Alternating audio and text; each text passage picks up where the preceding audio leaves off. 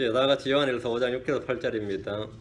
요한일서 5장 6절 8절인데 5장 7절 말씀 같이 읽겠습니다. 이것은 이 현대 역본들 어느 역본에도 없습니다. 킹제임스 성경에만 있는 구절입니다. 요한일서 5장 7절. 그러다 보니까 이 많은 사람들이 이 구절은 킹제임스 성경이 잘못이다, 뭐 이렇게 하는 구절입니다. 요한일서 5장 7절 말씀 같이 읽습니다. 하늘에 증언하는 세 분이 계시니 곧 아버지의 말씀과 성령님이시니라. 또 이 세 분은 하나이시니라. 삼일체가 성경이 어디 있냐 할 때 우리는 이제 늘 이 구절 펴고 다른 이제 역본들 가진 분들은 이제 이 구절 못 펴는 거죠. 그 차이입니다. 이 세 분은 하나이시니라. 이 세 분 하나이시니라. 이 개혁 성경은 요한일서 5장 7절이 없습니다. 5장 6절의 마지막 분 있죠. 이는 성령께서 진리시기 때문이니라 할 때 이 부분이 7절로 되어 있습니다. 그 6절을 쪼개가지고 6절 7절 만들고 8절에는 이제 땅에 증언하는 셋이 있으니 여기인데 그냥 땅에라는 말을 빼버리고 증언하니까 셋이 있으니 되어 있죠. 그래서 7절에 하늘이니까 8절은 땅인데 7절이 없으니까 8절에 땅을 못 넣은 거죠. 그러다 보니까 한 번 빠지면 이제 5일 연속으로 일어나는 겁니다. 오늘 보존과 변경은 6번째 시간입니다. 잠깐 기도하고 시작합시다. 위대하시고 거룩하신 주 하나님 감사합니다. 주께서 오늘도 은혜와 복을 주셔서 하나님의 말씀을 넘치도록 저희 가운데 쏟아부어 주시고 지혜와 계시를 주시고 깨닫는 마음을 허락하여 주셔서 오늘 이 자리에 함께하는 혼들에게 하나님의 말씀을 쏟아부어 주십시오. 은혜 많이 베풀어 주시고 또 말씀이 저희 속에 확고하게 자리 잡도록 뿌리 내리도록 인도해 주십시오. 감사드리며 주의 성기도합니다. 아멘. 네. 하나님의 말씀으로 다시 태어난 사람은 하나님의 말씀을 먹고 그 말씀으로 삽니다. 이 세상에서 사람들의 글이나 교훈이나 신념이나 사상이나 철학으로 기록된 글이 아닌 하나님의 영감으로 주어진 말씀, 하나님의 영감으로 주어진 말들이 책으로 기록된 것, 이 유일한 책이 성경입니다. 우리는 성경의 모든 말씀들이 주님께서 영감으로 주신 말씀이라는 사실을 알고 있습니다. 하지만 언제부터인가 성경은 주의 말씀이 아니라 주의 말씀이 포함된 것이다, 이렇게. 성경은 주의 말씀이 아니고 주의 말씀이, 하나님의 말씀이 포함된 것이란 그런 주장이 이제 득세하기 시작했습니다.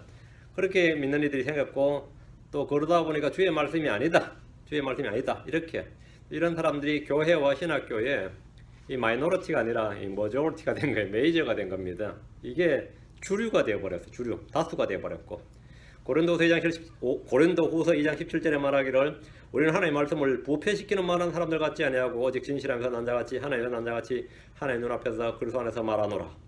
우리는 하나님의 말씀을 부패시키는 많은 사람들 같지 아니하고, 이 사도 바울 당시에 이미 하나님의 말씀을 부패시키는 많은 사람들이 있었습니다. 하나님의 말씀을 부패시키는 많은 사람들이 있었다 이거예요. 우리는 그런 자들 같지 아니하고 오직 진실하면서 난자같이 하나님에서 난자같이 하나님의 눈앞에서 그리스도 안에서 말하노라.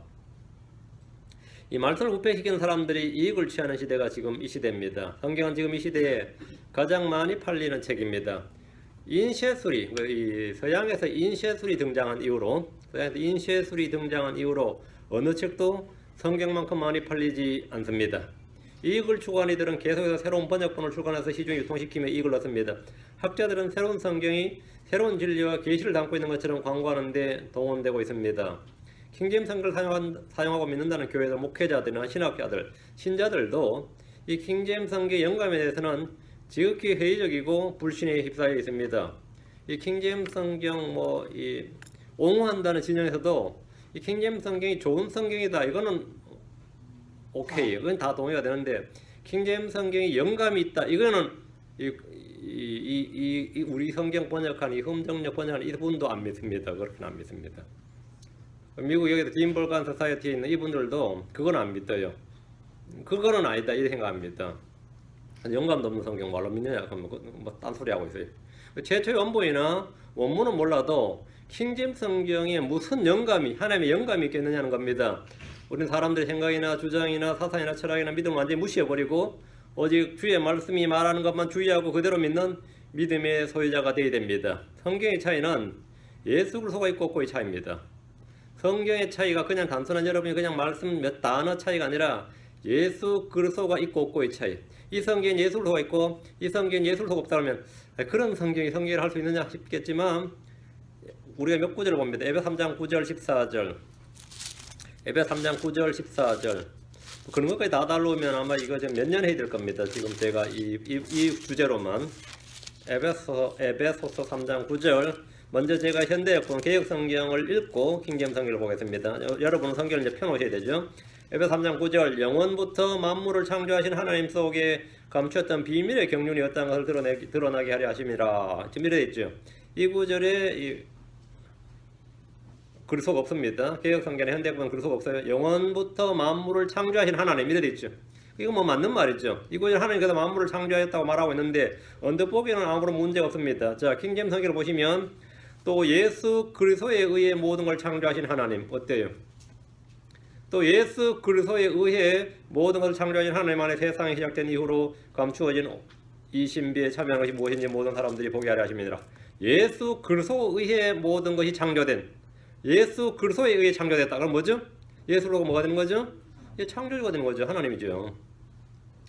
성경의 변경은 뭐냐면 예수 그리스도 있고 없고의 차이다 이 말입니다. 예수 그리스도 있고 없고 차이. 자, 차이가 이게 보여야 됩니다. 예수 그리스도에 의해란 말이 창조의 핵심입니다. 모든 창조는 예수님에 의해 그분을 통해 그분을 위해서 창조되었습니다. 뒤로 와서 골로새 1장 16절을 봅니다. 골로새 1장 16절. 골로새 1장 16절. 또 예수 골로새 1장 16절 이는 그분에 의해 모든 것이 창조되었기 때문이라. 이는 그분에 의해 모든 것이 창조되었기 때문이라. 하늘에 있는 것들과 땅에 있는 것들, 보이는 것들과 보이지 않는 것들, 곧 왕자들이나 통치자들이나 통치들이나 정사들이나 권능들이나 모든 것이 그분에 의해 창조되고 그분을 위하여 창조되었도다. 맞지? 그분을 위해 창조되었노라. 이것을 적은 채로 생각한다면 그는 정상적인 그리스도의 마인드를 가진 사람이 아닙니다. 에베소 3장 14절 이러함으로 내가 하늘과 땅에 있는 각 족속에게 지금 개혁을 씁니다. 현대권 이러함으로 내가 하늘과 땅에 있는 각 족속에게 이름을 주신 아버지 앞에 무릎 꿇고 비노니. 바울은 지금 아버지 앞에 무릎 꿇고 빌었다 이랬는데 자 여기서 예수님이 어디 있습니까? 개혁성경이나 현대권들은 그냥 아버지로 말합니다. 킹제임스 성경을 봅니다. 에베소 3장 14, 15절 이런 까닭에 내가 우리 주 예수 그리스도의 아버지 곧 하늘과 땅에 있는 온 가족에게 이름을 주신 분께 무릎을 꿇고 비노니. 자, 킹제임스 성경에는 7번에 걸쳐서 주 예수 그리스도의 아버지란 말씀이 나옵니다. 하나님에게는 낳으신 아들이 있고 예수님은 그 아들이십니다. 예수님은 살아계신 하나님의 아들이십니다. 유대교에는 하나님 있지만 그분의 아들이 없습니다. 무슬림들은 하나님 있지만 아들이 없습니다. 아들을 부인한 자에게는 아버지가 없습니다. 요한일서로 갑니다. 2장 3절 5장 12절 아들이 있고 없고의 차이는 뭐냐? 아버지가 있고 없고의 차이입니다. 요한일서 2장 23절 5장 12절 누구든지 아들을 부인하는 자에게는 곧 그에게는 아버지가 없대. 아들을 인정하는 자에게는 아버지도 있느니라. 아들이 있고 없고의 차이는 뭐냐? 아버지의 존재까지도 연결되어 있습니다. 아들이 없는 자에게는 또 뭐가 없다? 생명이 없습니다. 뒤로 와서 5장 12절 요한일서 5장 12절 아들이 있는 자에게는 생명이 있고 하나님의 아들이 없는 자에게는 생명이 없느니라. 그러니까 지금 불신자들은 우리가 지금 이 땅에 같이 살고 있지만 그들은 지금 생명이 없이 사는 겁니다. 그게 다 죽은 자들인 거죠. 생명이 없단 말이에요. 우리는 생명이 있고 그들은 생명이 없다고요. 그들은 아버지가 없고 우리는 있고 아들이 있다는 것은 아버지가 있다는 것이고 아들이 있다는 것은 생명이 있다는 것이다. 그리스도의 교리 안에 거하는 자에게는 아버지와 아들이 둘 다 있습니다. 둘 다 있어요. 자, 요한 2서로 갑니다. 뒤로 1장 9절 누구든지 죄를 지으며 그리스도의 교리에 거하지 아니한 자에게는 하나님이 없고 그리스도의 교리 안에 거하는 자에게는 뭐가 있다? 그리스도의 교리 안에 거하는 자에게는 아버지와 아들이 둘 다 있느니라. 둘 다 있어야 돼. 아들이 있고 없고의 차이가 생명의 차이입니다. 자, 우리는 방금 이 성경에서 빠졌다. 이 뭐가 빠졌냐면 예수 그리스도가 빠졌다 이 말이에요. 예수 그리스도에 의해 창조되었다. 예수 그리스도의 아버지께. 그죠? 예수를 빼버리면 뭐가 된 거죠? 이런 것이 다 무너져 버린 거죠. 갈라디아 4장 7절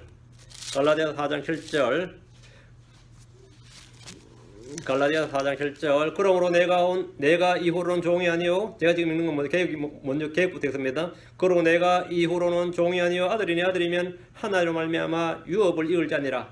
너는 이제 종이 아니라 아들이다. 우리는 하나님을 유업을 이을 자다. 맞아요? 아멘이죠. 현대여권들의 특징 중 하나가 그리스도가 빠져 있다는 겁니다. 그리스도가 빠져 있다. 자, 이걸 킹제임스 성경으로 봅시다. 그러고 내가 더 이상 종이 아니요 아들이면 그리스도를 통한 하나님의 상속자니라.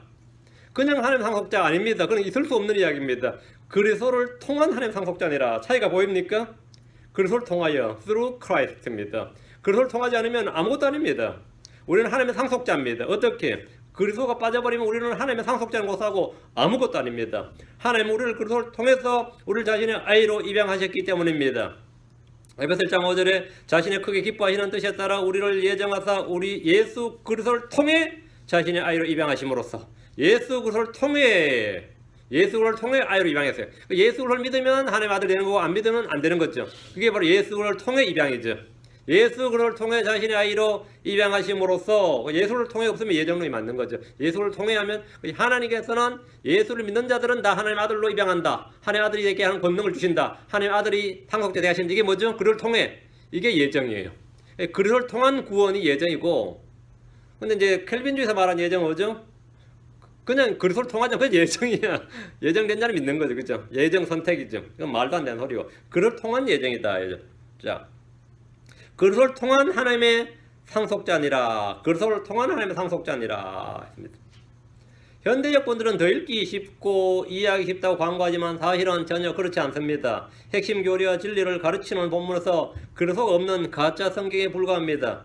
빌립보 4장 13절에 내게 능력 주시는 자 안에서 내가 모든 걸 할 수 있느니라. 많이 외웠죠. 내게 능력 주신 자 안에서 내가 모든 걸 할 수 있느니라. 많이들이 애송하는 이 구절은 긍정적 사고와 적극적 사고방식을 가르치는 말씀이 아닙니다. 주님께서는 나 없이는 너희가 아무것도 할 수 없느니라 이렇게 말씀하셨습니다. 나 없이는 너희가 아무것도 할 수 없느니라. 킹제임스 성경을 보면 어떻게 됐죠? 나를 강하게 할지는 그리스도를 통해 내가 모든 걸 할 수 있느니라. 제일 중요한 단어가 항상 빠져있단 말이죠. 뭐죠? 그리스도를 통해. 그리스도를 통해. 이게 빠져있다. 그건 성경이 아닌 겁니다. 그리스도를 통해서 우리는 모든 걸 할 수 있고 그리스도 없이는 내가 아무것도 할 수 없습니다. 이것이 진리입니다. 그런데 현대분들은 성경 자체에도 그리스도를 수없이 제거하고 있습니다. 이는 책과 내가 여러분 책을 보는데 주인공이 없다. 어떻게 생각하세요? 종류와 장면에서 주인공이 빠져버렸어. 연극을 보는데 영화를 보는데 주인공이 없어요. 계속 들러리들만 나온다고 황당하죠. 응? 근데 성경에서 예수를 빼버리면 어떻게 되는 거죠? 예수를 빼버리면 이건 아무것도 아닌 거죠. 반복적으로 주인공을 빼버린 것과 마찬가지로 상상할 수 없는 일입니다. 오늘 빌레몬서부터 1장 12절입니다. 빌레몬서 1장 12절. 자, 계획부터 제가 읽습니다. 내게 저를 돌려보내노니 저는 내 신복이라. 이게 끝이네요. 이게 계획입니다. 그 빌레몬에게 오네시모를 돌려보낸다 이거예요. 그리고 오네시모는 나의 신복이다고 지금 말한 거죠. 신복이다. 복심이다. 또는 신복이라 그럽니다. 바울은 빌레몬에게 오네시모를 자신의 신복이라고 말하지만 그에 대해서는 어떻게 하라는 말이 없습니다. 자, 킹제임스 성경은 어떻게 되십니까? 내가 그를 다시 보내었노니 그런즉 너는 그를 받아들이라. 보낸 목적은 뭐라고요? 받아주라고. 처벌하거나 감옥 보내거나 배제를 하지 말고 그런즉 너는 그를 받아들이라. 그는 곧 내 속 중심과 같은 자니라. 킹제임스 성경에는 그런즉 너는 그를 받아들이라 이렇게 말합니다. 주께서 우리를 받아주셨듯이 우리는 형제들을 받아줘야 됩니다. 도망자 오네시모는 종이었지만 돌아올 때 그는 형제가 되었고 사도 바울의 속 중심과 같은 자였습니다. 우리는 주님 밖에서는 오물과 같은 자이지만 그리스도 안에는 형제요 지체요 새로운 창조물입니다. 우리는 그를 받아주라. 그런즉 너는 그를 받아들이라 이렇게 말합니다. 그런즉 너는 받아들이라. 자, 이것이 진리입니다. 히브리서 1장 3절입니다. 히브리서 1장 3절. 자, 제가 계획부터 읽을게요. 이는 하나님의 영광의 광채시오 그 본체 형상이시라. 그의 능력의 말씀으로 만물을 붙드시며 죄를 정결케 하는 일을 하시고 높은 곳에 계신 위엄의 우편에 앉으셨느니라. 예수로서는 하나님의 영광의 광채시며 그분 자체의 정확한 형상이십니다. 그분은 자신의 권능의 말씀으로 만물을 붙들고 계시며 우리의 죄를 깨끗하게 하신 분이십니다. 그분께서는 무엇으로 우리의 죄를 정결케 하셨습니까? 자, 무엇으로 우리의 죄를 정결케 하셨어요? 생각을 해보세요. 자신의 피로? 맞아요? 아니면 자신의 죽으심으로? 자신의 몸으로? 자신이 받은 고난으로? 자, 이겁니다. 자, 킹제임스 성경 봅니다. 하나님의 영광의 광채시오 그분의 자체의 정확한 형상이시며 자신의 권능의 말씀으로 모든 걸 떠받치신 이 아들께서는 친히 여기다 언더라인 친히 우리의 죄들을 정결케 하신 뒤에 이랬죠. 친이란 말이 킹제임스 성경의 by himself입니다. 그 자신에 의해 그 자기 자신으로 우리의 죄를 정결케 하신 뒤에 자기 자신으로 자기 자신에 의해 우리를 정결케 한 건 뭐예요? 우리의 죄를 정결케 하고 우리를 깨끗하게 하고 정결케 하고 씻어주면 한 것은 주님 자신에 의해서 자신에 의해서 하면 자신의 피, 자신의 죽음, 자신의 받은 고난 다 하죠. 자신에 의해서 우리의 죄들을 정결케 하신 뒤에 높은 곳에 계신 존엄하신 분의 오른편에 앉으셨느니라. 예수님은 자신의 피로, 자신의 죽으심으로, 자신의 몸으로 우리의 죄를 정결케 하셨습니다. 맞아요? 자신으로 말미암아 이 말이면 by himself입니다. by himself. 그냥 이제 약간 이제 그냥 자연스럽게 한다고 친히 이랬는데 친히 굳이 오역이라고 하기는 좀 힘들고요. 조금 안 살죠. 정확한 본문임이 조금 안 삽니다. 자신으로 자신으로. 자신의 몸으로 자신으로 우리를 정결케 하셨다. 우리를 정결케 하셨다. 킹제임성경은 예수님께서 우리를 정결케 하신 것은 다름 아닌 자기 자신으로 말미암아 자기 자신으로 이렇게 그것을 분명히 말씀해주고 있습니다. 예수님은 죄를 정결케 하시는 주체이시면서 동시에 죄를 정결케 하는 뭐가 됐다? 수단이 되셨습니다. 주님은 우리의 죄를 정결케 하시는 뭐 주어가 되시 주체가 되시기도 하시고 우리의 죄를 정결케 하시는 말하고 by himself 자기 자신에 의해 우리 죄를 정결케 한다. 우리의 죄를 정결케 하는 뭐 의롭게 하고 정결케 하는 수단이 되심 도구가 돼. 예수가 없이는 아무도 죄가 정결케 되지 않습니다.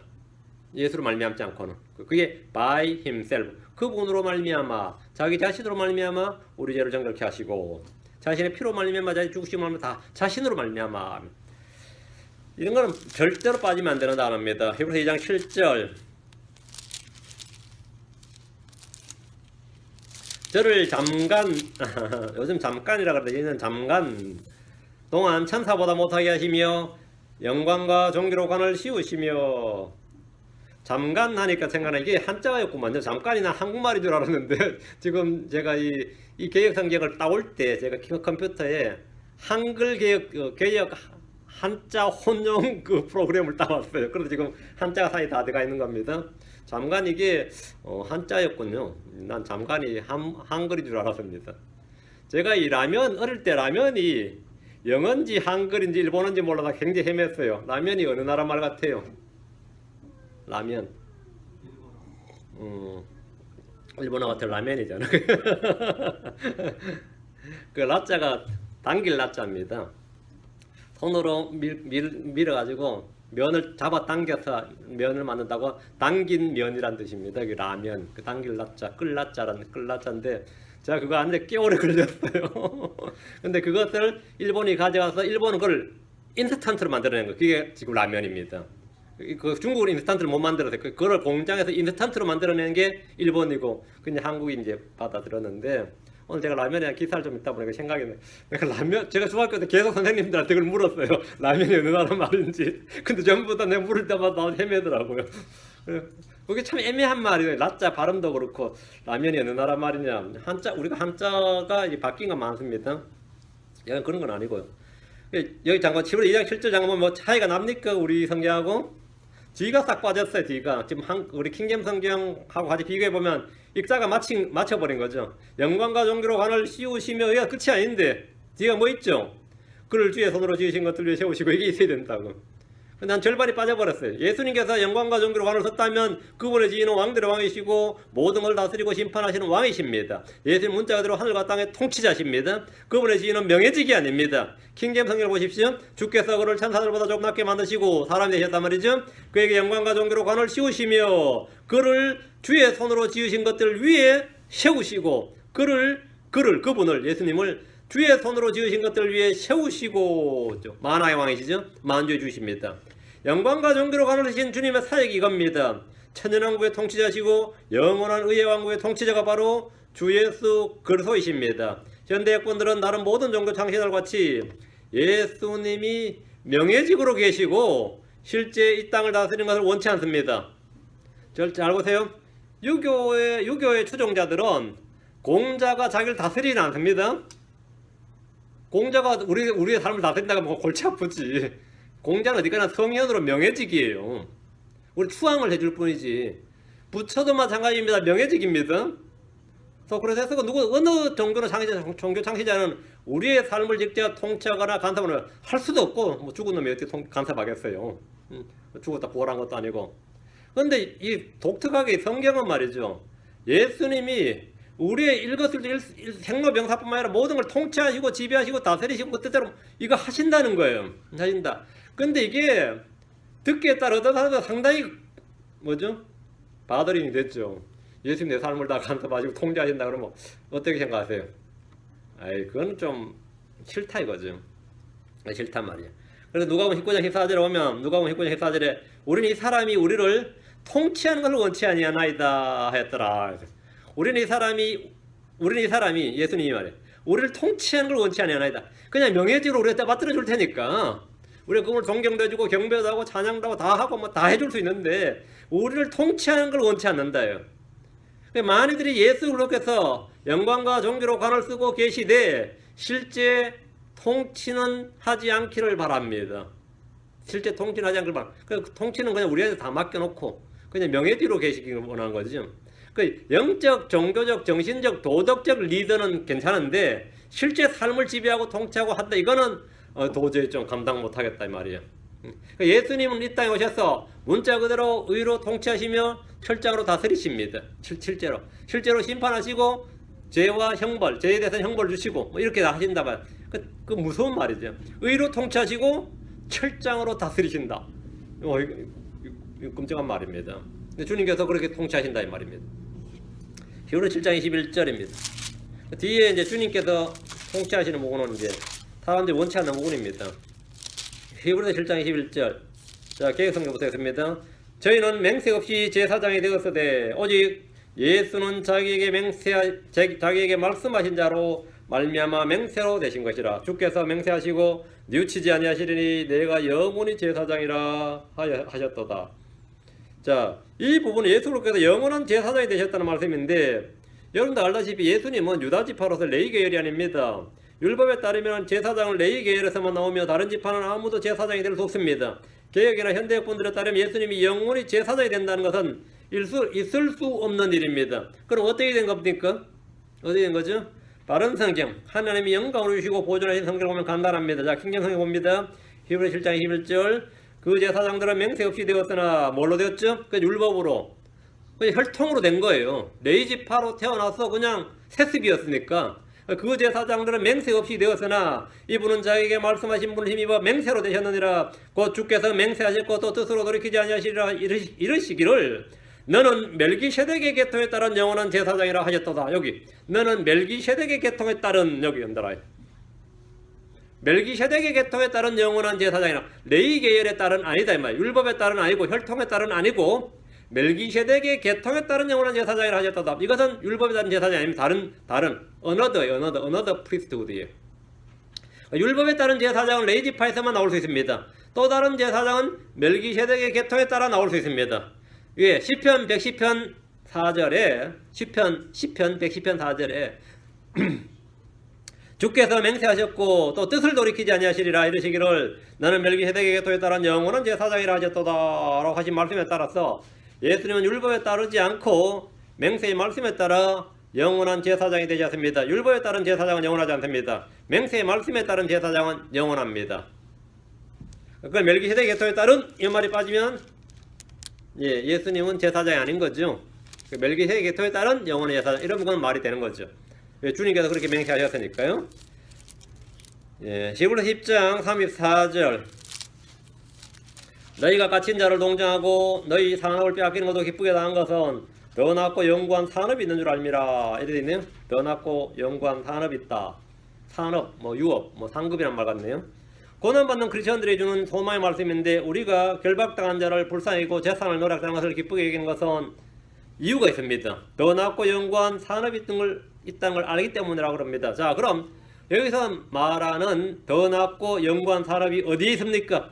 개혁에는 집 있다고 말해요. 더 낫고 영원한 산업이 있다 이렇게 말하는데 그것이 어디에 있습니까? 어디에 있어요? 하늘에 있습니다. 자, 킹제임 성경을 봅시다.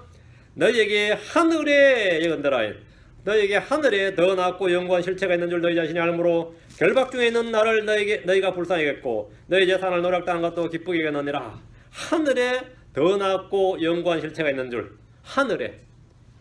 그게 내 몸도 말이죠. 이 늙어갈 때만 느낀 게 뭐죠? 이제 하늘에 내 실체 몸이 있어요.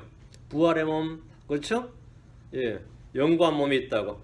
우리가 집에 살지만 하늘에 영구한 집이 있단 말이죠. 내 옷도 하늘에, 맨션도 하늘에, 시티도 우리가 이 미국 어느 각자 여러분 시티에 살지만 하늘에 뭐가 있죠? 시티가 우리가 살 시티가 있죠. 하늘에 다 있습니다. 하늘에 더 낮고 영구한 실체가 있는 줄 너희 자신이 알므로. 그러니까 결박 중에 있는 나를 너희가 불쌍히 여겼고 너희 재산을 노력하는 것도 기쁘게 여겼느니라. 재산 날아가는 것도 뭐라고요? 아깝게 여겼어요? 기쁘게 여겼느니라요. 기쁘게 여겼느니라. 아까 여러분 어떻게 너무 아깝게 여기지 마세요. 기쁘게 여겼느니라. 실체는 안 없어졌어요. 실체는 안 없어졌으니까. 우리의 보물은 하늘에 있습니다. 우리의 집은 하늘에 있고 우리의 생활 방식도 하늘에 있습니다.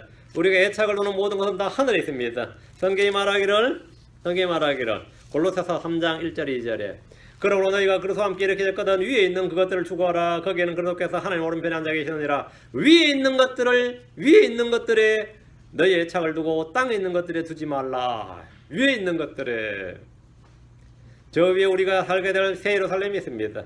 저 위에 우리가 입게 될 옷이 있습니다. 저 위에는 더 낫고 영광 실체가 있습니다. 모든 더 좋은 것은 위로부터 내려온 것이지 땅에서 솟아난 것이 아닙니다. 우리가 지금 얻는 복은 땅에 속한 것이 아니라 하늘에 처소들에 있는 영적인 복들입니다. 현세주의나 기복주의나 무속주의, 성공, 형통 신앙에 빠진 이들에게 이 말씀은 은혜롭게 다가오는 것이 아니라 충격적인 내용입니다. 이 땅에서 좀 더 잘 먹고 더 잘 살자고 그렇게 신앙생활하고 새벽기도 하는데 말이지. 이게 뭔 소리냐? 위에 있다니. 하늘에 있다. 위에 있다. 이러면 좀 황당하겠죠? 에베드 1장 3절. 저는 안 황당한데 어떤 사람들이 좀 당황스러울 겁니다. 에베드 1장 3절. 하나님과 우리 주 예수 그리스도의 아버지를 찬송하려다. 그분께서 그리스도 안에서 여기 언더라인. 그분께서 그리스도 안에서 하늘의 처소들에 있는 모든 영적인 복을 우리에게 복을 주셨으니 여기 하늘의 처소들에 있는 무슨 복? 스피리추얼 블레싱이죠. 그 헤븐리 플레이스에 있는 스피리추얼 블레싱을 우리에게 복을 주셨다고요. 그 땅을 다 많이 주시고 뭐 집값이 막 오르고 말이죠. 땅에서 막 있는 게 아니고 구약과 완전히 다르죠. 구약과 완전히 다르죠. 말씀을 잘 나누셔야 됩니다. 하늘의 처소들에 있는 모든 영적인 복이란 말씀에 주목하셔야 됩니다. 구약과 신약, 이스라엘과 교회의 차이입니다. 구약에서는 땅에 있는 복이었습니다. 소출이 늘어나고 새끼 벤스 뭐 암소든 뭐 양이든 염소가 뭐 유산하지 않고 그렇죠. 막 더 많이 낳고 말이죠. 소출은 막 늘어나고 외적들도 안 들어오고 말이죠. 안 쳐들어오고 뭐 혹이 쳐들어왔다면 작살나고 말이죠. 이런 식으로 땅은 병은 안 걸리 몸에 병은 안 걸리고 몸은 장수하고 자식들도 잘 되고 형통하고 뭐 이런 게 구약에서 말하는 복입니다. 그리고 한국 사람들이 다 원하는 복이에요. 한국의 이 크리스천들도 다 그걸 원합니다. 그걸 원해. 그렇게 되길 원하죠. 근데 하늘에 처소되어 있는 무슨 영적으로 복을 주노라 그러면 그건 하늘에 가서 받기로 하고 땅에서는 그거 말고 그냥 이런 식이단 말이죠. 구약에서는 땅에 있는 복, 신약에서는 하늘에 있는 복이죠. 이스라엘은 땅에 있는 복, 현세적인 복입니다. 교회는 그리스도 안에서 영적인 복입니다. 하나님 유대인들에게 주신 것처럼 우리에게 땅을 주시지 않으셨고 교회는 어떤 땅도 받은 적이 없어요. 땅을 주시지 않으셨고 땅에 속한 어떤 것도 약속하지 않으셨습니다. 우리에게 주신 복은 하늘의 처소들에 있는 모든 영적인 복입니다. 이 복은 그리스도 안에서만 유익합니다. 더 낫고 영광 실체 이것은 땅에 있는 것이 아니라 하늘에 있는 것입니다. 하늘에 있는 더 낫고 영광 실체 이래 됩니다. 하늘에 있는 것 빼버리면 뭐 더 낫고 영광 실체가 땅에 있다 그러면 그건 말이 안 되죠. 그건 전혀 말이 안 됩니다. 야고보 4장 4절. 야고보 4장 4절. 전 이 구절 개혁성 읽을 때보다 늘 궁금했었던 구절인데 킹제임성 읽고 나서 풀렸어요. 가늠하는 여자들이여 세상과 벗된 것이 하나님의 원수임을 알지 못하느냐. 그런즉 누구든지 세상과 벗이 되고자 하는 자는 스스로 하나님의 원수가 되게 하는 것이니라. 이거 읽을 때 왜 그 여자들을 딱 찍어서 이렇게 말하나 싶어서 늘 이게 궁금해서 사실은 참 야고보도 심하네 싶기도 하고 이 구절은 이 구절의 특이한 점은 가늠하는 여자들에 대한 경고란 점입니다. 현대적 분들은 가늠한 여자들을 정죄하지만 어느 시대나 가늠한 여자들보다 남자들이 훨씬 더 많이 합니다. 어느 시대나. 그러나 그 죄에 대한 형벌은 언제나 여자들이 훨씬 더 가혹합니다. 그 남자들은 뭐 조선시대 보면 막 첩들도 건드리면 여자들이 하고 그랬다면 난리 나는 거죠. 뭐 게임 끝나는 거지. 어느 시대나 어느 지역이나 그래요. 여자들이 가늠은 남자들이 훨씬 더 많이 하지만 그 형벌은 여자들이 훨씬 더 가혹하죠. 성경이 남녀차별이나 성차별적인 책이라 욕먹는 이유 중에 하나가 이런 구절에서 여자들만 언급되어 있다는 겁니다. 킹제임 성경을 보면 그렇지 않습니다. 뭐라 되어 있어요? 너희 가늠하는 남자들과 가늠한 여자들아 이랬죠. 이게 정확한 겁니다.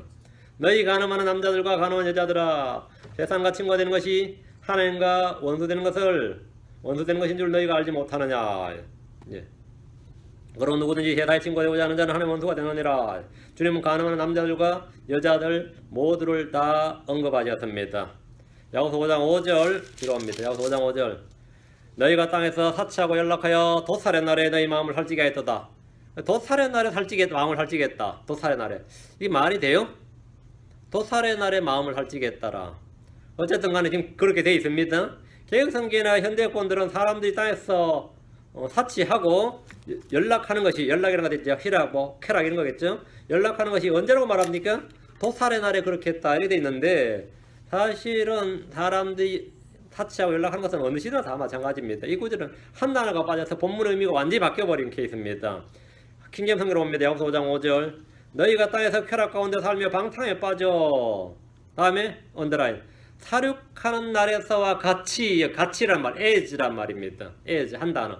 사륙하는 날에가 아니고 사륙하는 날에서와 같이 너희 마음을 살찌게 하였도다. 너희 마음을, 같이란 말이 들어가야 됩니다. 사람들이 땅에서 쾌락 가운데서 마음을 살찌는 것이 사륙하는 날에서와 같이 그렇게 했다는 것인데, 사륙하는 날이 언제죠? 대환란의 날이죠. 재앙의 날입니다. 대환란의 재앙의 날들을 말합니다. 근데 그때에 마치 사람들을 막 종으로 팔고 노예제 다시 부활시키는 거예요. 노예제도 부활시키고 사람들 혼을 사고 파고 막 돈이 제일 위에 오고 사람이 혼이 제일 마지막에 오는 그런 시대죠. 그 너희 마음을 살찌게 했다. 그때처럼 이런 말입니다. 근데 이제 이 가치란 단어 빠져버리면 뜻이 완전히 달라져 버립니다. 교리적 의미도 없어져 버리고요. 말 자체가 성립을 안 하게 되죠. 본문 자체가 아무 의미가 없는 말이 되는 거죠. 베전 4장 1절. 베전 4장 1절. 그리스도께서 이미 육체의 고난을 받으셨으니 너희도 같은 마음으로 갑옷을 삼으라.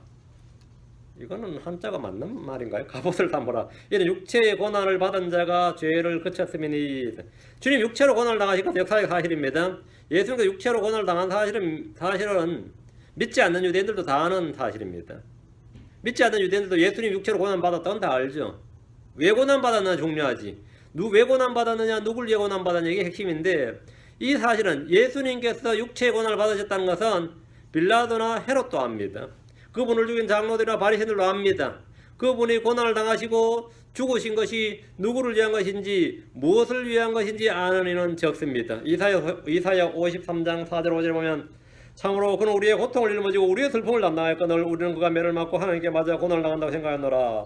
주님께서 고통을 짊어지고 슬픔을 당한 것은 우리로 인한 거죠. 우리로. 이것이 근데 불신자들 어떻게 한다는 거죠? 우리는 그가 매를 맞고 하나님께 맞아 고난을 당한다고 생각하노라. 이게 유대인들이 그렇게 안 거죠. 이것이 불신자들이 아는 예수님의 고난입니다. 예수님은 우리의 고통을 짊어지고 우리의 슬픔을 당하셨습니다. 사람들이 생각하는 것과 달리 예수님은 우리의 범법과 불법들로 인해 부상을 당하고 상하셨습니다. 자, 고단 9절, 이사야 53장 5절. 그러나 그는 우리의 범법들로 인해 부상을 당하고 우리의 불법들로 인해 상하였노라. 그가 징벌을 맞으면 우리가 화평을 누리고 그가 채찍에 맞으면 우리가 고침을 받았도다. 예수님께서 고난을 당하신 건 이런 이유 때문이다. 이런 목적 때문이다. 이거죠. 베드로는 이 사실을 정확하게 말하고 있지만 현대 역군들은 절묘하게 이 구절에서 진리를 가리고 있습니다. 자, 킹제임스 성경으로 배전서로 봅니다. 배전 4장 1절 보면 그러므로 그리스도께서 우리를 위해 육체 안에서 고난을 당하셨은즉 여기 던들어요. 그리스도께서 우리를 위해 육체 안에서 고난을 당하셨은즉 예수님께서 육체에 고난을 당하셨다. 이건 객관적인 사실이고요. 우리를 위해 고난을 당하셨다. 이것은 성경적 사실입니다. 그와 같이 너희도 같은 생각으로 무장하라. 육체 안에서 고난을 당한 자는 이미 죄를 그쳤나니. 예수님은 우리를 위해 육체 안에서 고난을 당하셨습니다. 우리를 위해입니다. 베전 4장 14절. 너희가 그리스도 이름으로 욕을 받으면 복 있는 자로다. 영광의 영곧 하나님의 영이 너희 위에 계심이라. 여기까지 끝이네요. 여기서 한참 더 있어야 됩니다. 이게 베전 4장 14절 끝이 아닙니다. 킹제임스 성경을 보면 너희가 그리스도 이름으로 비방을 받으면 행복한 자로다. 영광의 영곧 하나님의 영께서 너희에 머물러 계시느니라. 여기서부터 그분께서 그들의 편에서 비방을 받으시나 너희 편에서는 영광을 받으시느니라. 이게 성경 본문입니다. 이만큼이 없네요. 그분께서는 부터가 싹 사라졌네요. 그분께서는 그들 편에서는 비방을 받으시나, 그들 욕하는 사람들 비방을 받으시나 너희 편에서는 영광을 받으시느라. 그러니까 우리가 모욕을 당하고 수치를 당해서 영광을 받는 거죠. 우리를 통해 하나님께 영광을 받는 거라고요. 예수님은 어떤 사람에게는 걸림돌이 되고 어떤 사람에게는 반석이 됩니다. 예수님으로 인해서 실족하는 사람이 있고 그분을 통해 구원받는 사람이 있습니다.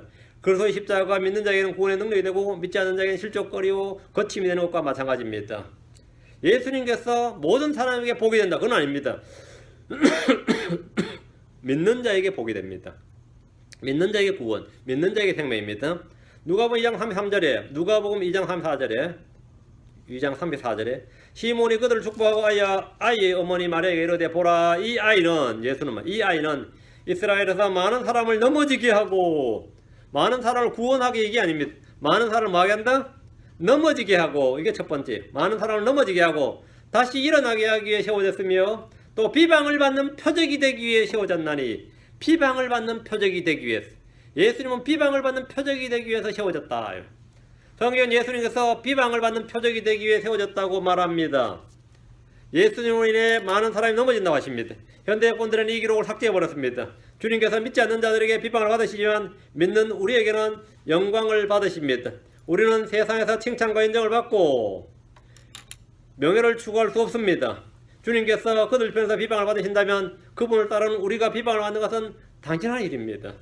이 시대의 교회가 목회자들 크리스천들이 세상에서 인정받기 위해서 애쓰는 것은 그들이 그리스도의 이름을 이용하는 종교인들한 증거 외에 아무것도 아닙니다. 자, 베드로전서 5장 5절 뒤로 한장 오른쪽으로 5장 5절입니다. 자, 계획부터 했습니다. 젊은 자들아 이와 같이 장로들에게 순복하고 다 서로 겸손으로 허를 동이라. 하나님이 교만한 자를 대적하시되 겸손한 자들은 은혜를 주시느니라. 이 구절은 이제 많이 써먹죠. 이제 장로들에게 복종하라고 할 때 이제 이 구절은 단골 구절 중에 하나입니다. 이 구절은 단골 중에 하나인데 이 구절은 성경에서 성도들 간에 서로 해야 할 일에 대한 가장 중요한 진리 중에 하나를 없애버린 겁니다.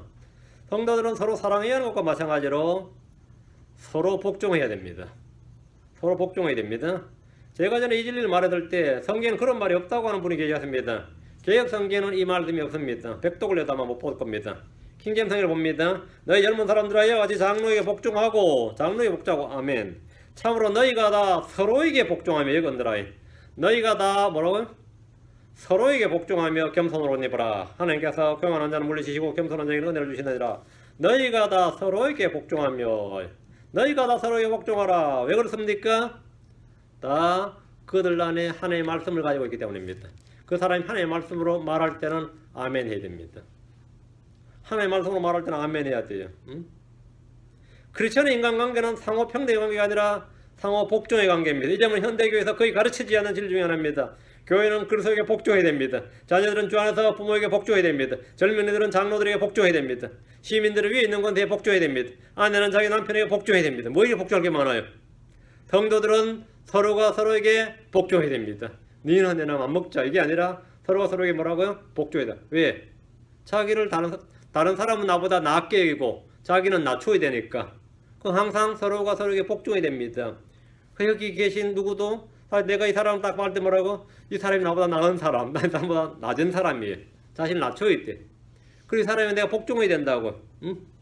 여러분은 이 진리를 절대로 잊어서는 안 됩니다. 성도들은 서로가 서로에게 복종해야 됩니다. 이 진리를 잊지 않도록 하십시오. 에베소 5장 21절에 하나님을 두려워하는 가운데 서로에게 복종하라 이렇게 말씀합니다. 이 구절의 개혁성경은 그리스도를 경외함으로 피차 복종하라 이랬는데 이렇게 되면 모두 주께 복종하라는 의미가 되어버립니다. 서로에게 복종하라는 의미가 안 되죠. 서로가 서로에게 복종하라는 뜻입니다. 킹제임스 성경을 읽지 않으면 결코 알 수 없는 진리입니다. 킹제임스 성경에서만 발견되는 진리, 이렇게 킹제임스 성경에서만 발견되는 진리입니다. 우리가 다 만민평등, 상호평등이라고 그러지만요. 성경은 다 상호 복종관계입니다. 상호 복종관계예요. 베드로서 2장 17절입니다. 예. 이 사람들은 물 없는 샘이요 광풍에 밀려가는 안개니 저희를 위하여 캄캄한 어둠이 예비되어 있나니. 자, 뭐가 말이 뭐 이상한 하나도 없죠. 지옥의 형벌은 일정 기간이 아닙니다. 영원토록입니다. 이 진리는 이 킹제임스 성경에서 분명하게 나옵니다. 베드로서 2장 17절 킹제임스 성경에 봅니다. 이들은 물 없는 샘이요 폭풍에 밀려다니는 구름이라 그들을 위해 어둠의 안개가 영원토록 예비되어 있나니. forever 영원토록 예비되어 있나니. 지옥이 불못으로 던져지면 거기서도 영원히 고통이 주어집니다. 영원토록입니다. 계시록 20장 10절에 또 그들을 속인 마귀가 불과 유황호수에 곧 짐승과 거짓 앉아 있는 곳에 던져져서 영원 무궁토록 밤낮으로 고통을 받으리라. 지옥은 영원 무궁토록, 불못도 영원 무궁토록입니다. 지옥이 불못으로 이전되는 거죠. 던져지니까. 지옥은 본래 마귀가 그의 천사들 위해 예비된 곳인데 불 속에 영원토록, 흑암 속에 영원토록 이럽니다. 영원토록. 영원토록이 없으면 안 됩니다. 베드로서 3장 10절. 없으면 큰일 나죠. 장차 마귀도 구원받는다. 그런 신학이 있어요. 하나님께서 사랑이기 때문에 결국은 다 구원시킨다. 영원토록이라고 그랬는데 끝나는 거죠. 영원토록이 빠져버리면 그게 반응해지는 거죠. 그 한 단어 한 글자가 얼마나 중요하냐면 교리를 바꿔놓습니다. 베드로서 3장 10절. 그러나 주의 날이 도적같이 오리니 그날에는 하늘이 큰 소리를 떠나가고 체질이 뜨거운 불에 풀어지고 땅과 그 중에 있는 모든 일이 드러나리로다. 여러분 이제 킹제임스 성경을 많이 읽으면 이거 읽을 때 뭐가 빠졌네 싶으면 마음이 딱 들 겁니다. 근데 이제 아직도 읽을 때 자연스럽게 느껴지면 지금 덜 읽을 겁니다. 그런 거예요. 뭐가 빠졌네 이런 느낌이 딱 들어야 됩니다. 주의 날이 도둑같이 온다는 말은 많이 들었을 겁니다. 데살로니가서 5장 2절에 주의 날이 밤에 도둑같이 이런 줄을 너희 자신이 완전히 아느니라. 주의 날이 뭐처럼 온다고요? 밤에 도둑같이. 이 땅에 주의 날이 밤에 도둑같이 올 때 성도들은 저 하늘로 들림 받습니다. 우리는 왜 그렇죠? 낮의 자녀니까 밤에 도둑과 상관이 없죠. 우린 낮의 자녀고 빛의 자녀고 낮에 속한 자들이니까 밤에 도둑같이 오면 우리는 상관없다고. 우리는 밤에 도둑같이 우리를 덮치지 못한다. 주의 날은 밤에 도둑같이 우리를 덮치지 못합니다. 이 땅에 주의 날이 밤에 도둑같이 올 때 성도들은 저 하늘로 들림 받습니다. 이 날이 땅에 있는 자들에겐 주의 날이고 크리스찬 성도들에게는 무슨 날? 그리스도의 날입니다. 우리에게는 그리스도의 날입니다. 밤에 도둑은 은밀하게 아무도 모르게 옵니다. 프랑스의 소설가 이름이 뭐지냐? 모리스 르블랑? 모리스 르블랑이라는 사람이 시리즈로 쓴 책이 유명한 책이 있는데 루팡입니다. 그 루팡은 어떤 사람이죠? 어떤 사람이냐면 뭐든지 훔칠 수 있다는 자신감에 주인에게 면제 몇 시에 뭘 훔쳐가겠다 하고 예고를 하고 훔치는 도둑이야. 맞아요. 예고를 하고 훔치는 도둑인데 그 작가가 얼마나 이렇게 도둑질 하고 싶었던지 이래 루팡처럼 도둑질 하고 싶어가지고 이 루팡이란 사람 만들어서 하도 히트 쳤는데 히트 쳤다는 말은 뭐냐면 모든 사람이 이걸 갈망하고 있다는 뜻이에요. 나도 이렇게 도둑질 해보고 싶다 이 말이야. 도둑 말고 이런 식으로 멋있게 하면 도둑질 해보고 싶고 다 도둑이죠. 여러분 다 도둑이 아닌 사람이었습니다. 근데 주님이 하필이면 왜 자신을 도둑같이 이렇게 말하면 도둑같이 이런 식으로 도둑에다 비유를 하면 한 비유를 해도 도둑에 비유를 했을 것 같아요. 도둑은 은밀하게 오죠. 보물로 훔쳐갑니다. 집 다 털어가잖아요. 보물로 훔쳐갑니다. 그 훔쳐가도 주인은 자기가 찾을 때 찾았어 없어야 도둑 맞은 줄 알아요. 평소엔 도둑 맞아도 몰라. 찾을 때까지. 없네. 누가 손 탔나 보네. 이래 되는 거죠. 세상도 마찬가지입니다. 크리스천이 없어지면 그 사람 어디 갔어? 없네. 이러는 거죠. 그러니까 도둑 맞은 거죠. 예. 네. 밤에 도둑같이입니다. 밤에 도둑같이.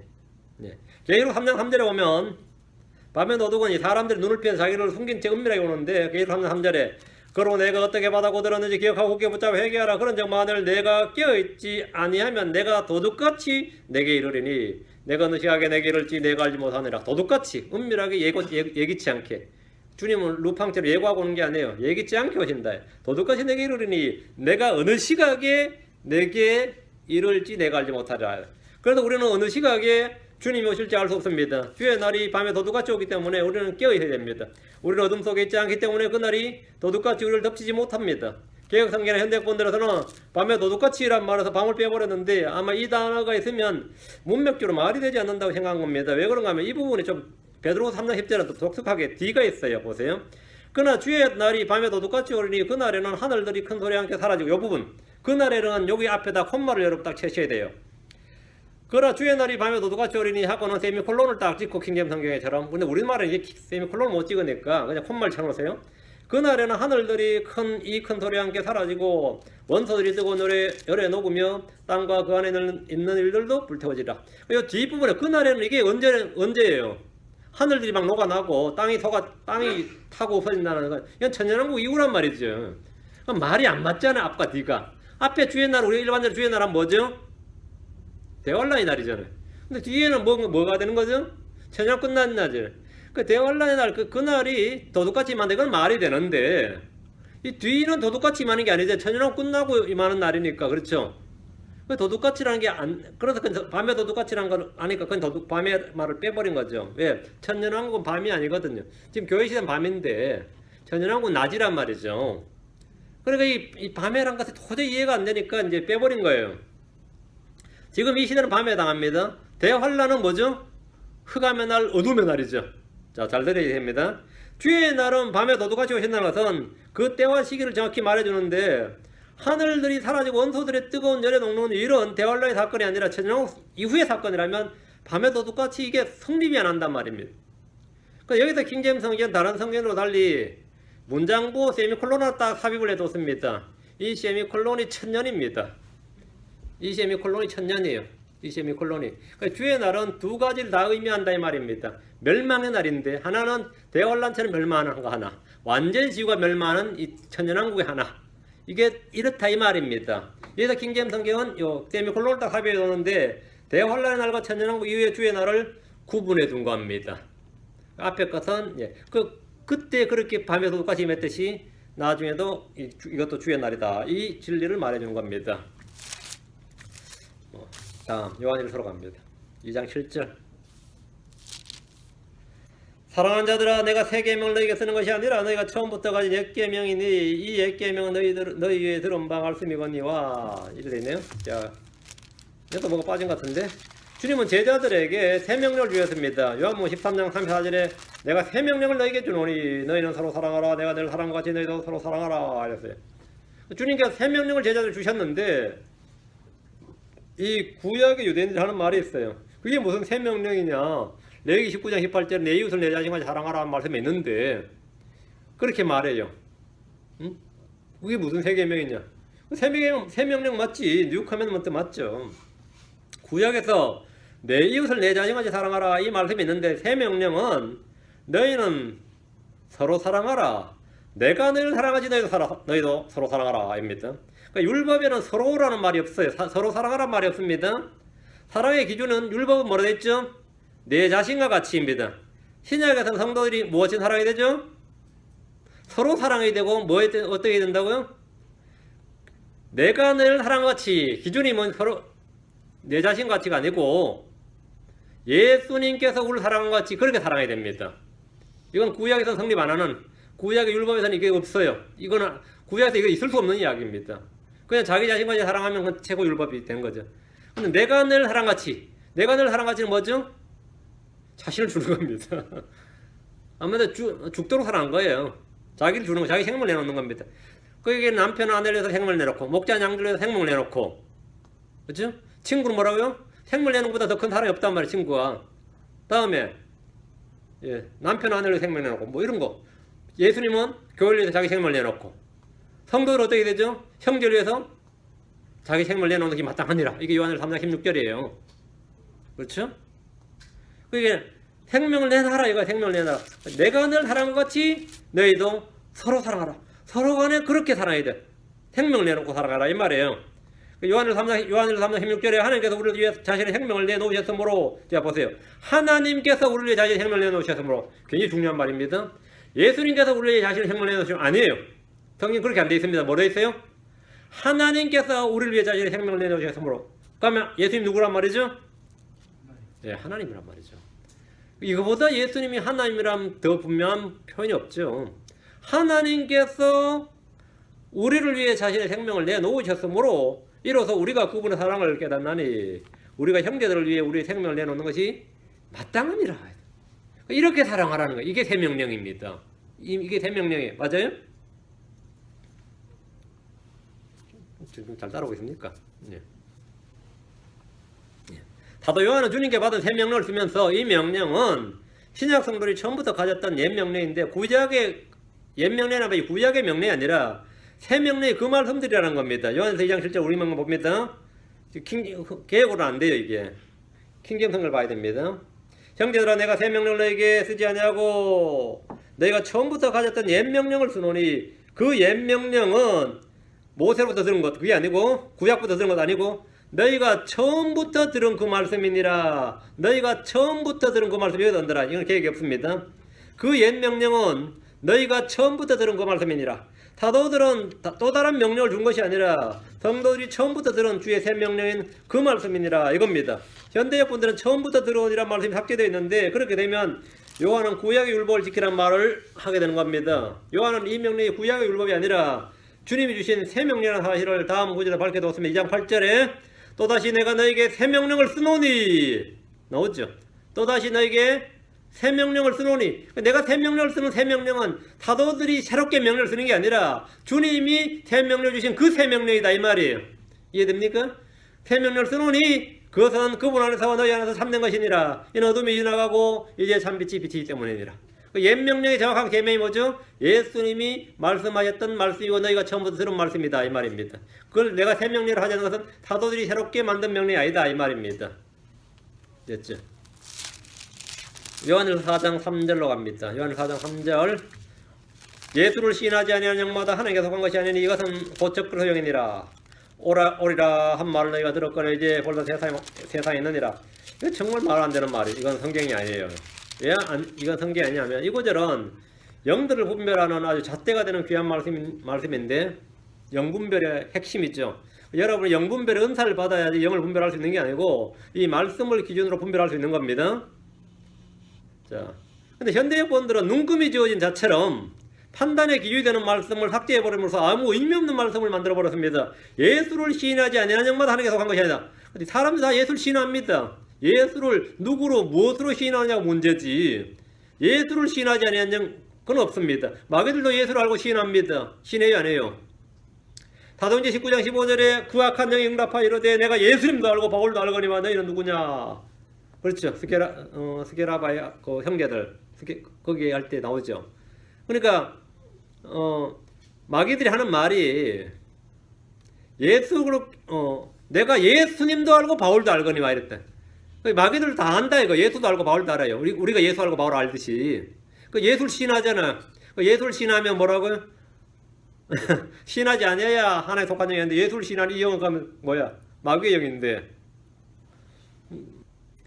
지금 요한일서 4장 3절 보면 진짜 그렇죠. 예수를 시인하지 아니하는 영마다 하나님께 속한 것이 아니니 이건 말 자체가 안 되는 말이에요. 그럼 마귀도 그러면 뭐 하나님께 속한 영이 되는데 응? 마귀도 무신론자도 예수를 시인합니다. 무슬림들도 예수를 시인합니다. 내가 이 무슬림한테 전도한다고 예수 믿느냐 했더니만 예스 하더라고요. 근데 머리에 차도를 쓰고 있으니까 이 무슬림이라는 걸 내가 대충 알잖아. 무슬림도 예수 믿나 싶어서 뭘로 믿느냐니까 프라핏 그러는 거예요. 그 무슬림들은 프라핏으로 믿죠.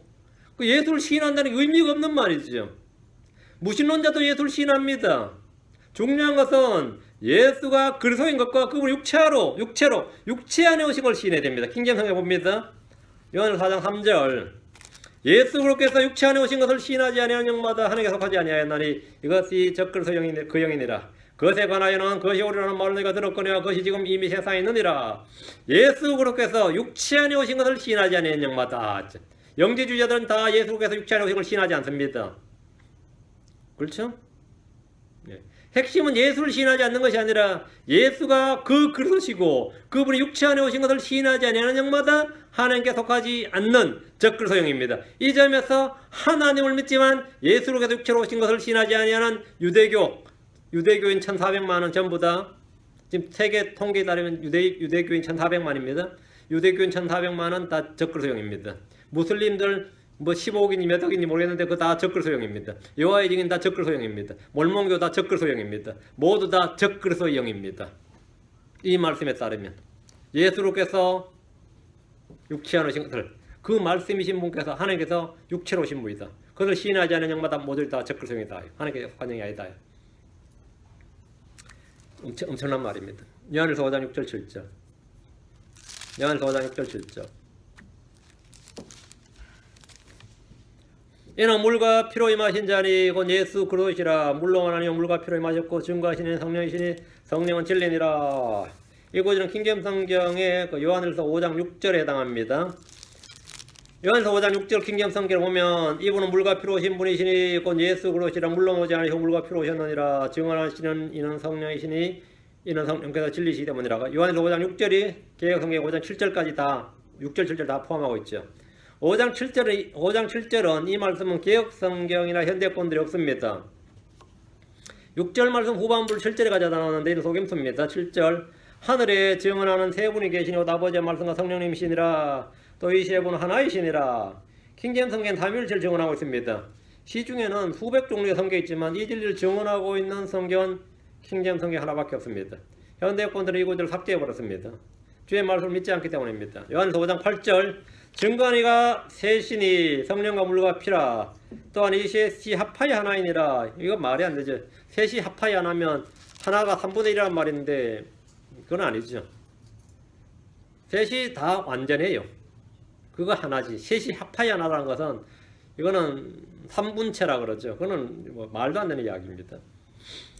킹제임스 성경 봅니다. 요한서 5장 8절 땅에서 증언한 셋이 있으니 5장 7절이 하늘에서 증언하니고 5장 8절은 땅에서죠. 땅에서 증언한 셋이 있으니 영과 물과 피라 또 이 셋은 하나로 일치하느니라 했죠. 요한서 5장 7절은 하늘에서 증거하는 셋이고 8절은 땅에서 증언하는 셋입니다. 현대권들은 7절 없애버린 결과 8절에서 땅이라는 말을 쓰지 못하게 된 겁니다. 셋이 합하여 하나가 아니라 이 셋이 하나로 일치합니다. 셋이 다 증언이 다 일치한다. 하나로 일치한다. 이거예요. 셋이 합해서 하나라면 각기 3분의 1이 되고 마는데 성경이 잘못되면 진리가 오류가 되는 겁니다. 이건 말이 안 됩니다. 근데 이제 요한서 5장 7절은 굉장히 논란이 많습니다. 이걸 요한의 콤마라 그래서 신학교들에서 처음에 에라스무스가 이걸 편집할 때 이 부분은 이 성경이 없었다, 사본이 없었다는 거죠. 근데 그러면 킹제임스 성경에 이게 왜 들어왔냐? 물론 이제 에라스무스 후에는 자기 사본에 이걸 넣었습니다. 필사본에 넣었는데 이 절대적인 양에서 증거가 좀 적습니다. 그 그리스 사본이 많은데 이 그리스 사본 중에서는 요한일서 5장 7절이 사본 자체 원문에 있는 사본은 없습니다. 없어요. 이거 골치 아프죠. 그럼 이게 어디 있냐면 킹제임스 성경은 역본지 번역할 때 이 원문만 찾는 게 아니라 모든 자료를 다 찾았는데 초기 교회 저술가들의 이 저술이나 설교나 이 문집에 이게 다 있었습니다. 이 구절이 있었어요. 이 문집에 있었고 또 라틴어 성경에 이게 있었어요. 라틴어 성경에, 구라틴어 성경에. 그러면 없었으면 이 구절이 번역이 될 수가 없죠. 없었는데 이게 설교됐다. 이건 말이 안 된단 말이에요. 없었는데 없었으면 번역도 될 수 없고 설교도 될 수 없는데 이게 번역도 돼 있고 설교도 돼 있었단 말은 이 구절이 있었다는 거죠. 이 구절이 있었다. 그래서 킹제임스 성경에서는 이 구절은 원문에 있었던 것이 맞다. 그래야 이 전체적으로 문장이 말이 된다. 이렇게 해서 킹제임스 성경은 이 이탈릭체도 아니고 요한일서 5장 7절은 정식 본문으로 집어넣었습니다. 보통 킹제임스 성경에서는 원문에 없는 것들이 이탈릭체로 처리합니다. 근데 이거는 원문에 없는 게 아니라 정확한 독본이다. 이렇게 이 킹제임스 성경 역자들은 판단한 겁니다. 그러면 거기에 대한 자료들은 많이 있느냐면 많이 있습니다. 거기에 대한 자료들은 상당히 많이 있습니다. 그리고 이런 자료들은 14세기까지 지금 이제 14세기 자료들까지 이 요한일서 5장 7절에 있는 자료들은 상당히 많이 있는데 이 부분에 대해서는 제가 상당히 이건 좀 요 부분만 해서 상당히 좀 원문 부평적으로 좀 두껍습니다. 양이 따로 제가 한 페이지를 첨부해 놓을 테니까 제가 프린트해 줄 테니까 그걸 읽어보시기 바랍니다. 제가 이렇게 이건 제가 따로 한 페이지를 설교가 아니라 참고문을 달아두도록 했습니다. 이거는 참고로 여러분 혹시나 누군가가 이런 말을 할 때 자료가 없는 게 아니라 이런 자료가 있다 이것을 보여드리기 위해서 제가 만들었습니다. 그렇게 하셔서 오늘 여기까지 하고 다음 시간에 1시간 더 하겠습니다. 예. 감사합니다. 잠깐 기도하고 마치겠습니다. 위대한 여러분 주하나님 감사합니다. 하나님께서 함께 하셔서 주의 말씀을 선포했는데 이 말씀들 주님께서 영광을 주신 이 말씀들을 저희가 잘 간직하고 이 말씀들을 가지고 살아갈 수 있도록 하시되 특별히 믿음과 확신 가운데 거하면서 저에게 주신 이것들을 붙들고 살 수 있도록 복을 허락해 주십시오. 은혜를 많이 부여해서 온전하고 순전한 말씀들 또 저희가 그런 이 말씀에 합당한 그런 신자들 다 되도록 또 그런 삶을 살 수 있도록 도와주십시오. 감사드리며 주의 성기도합니다. 아멘.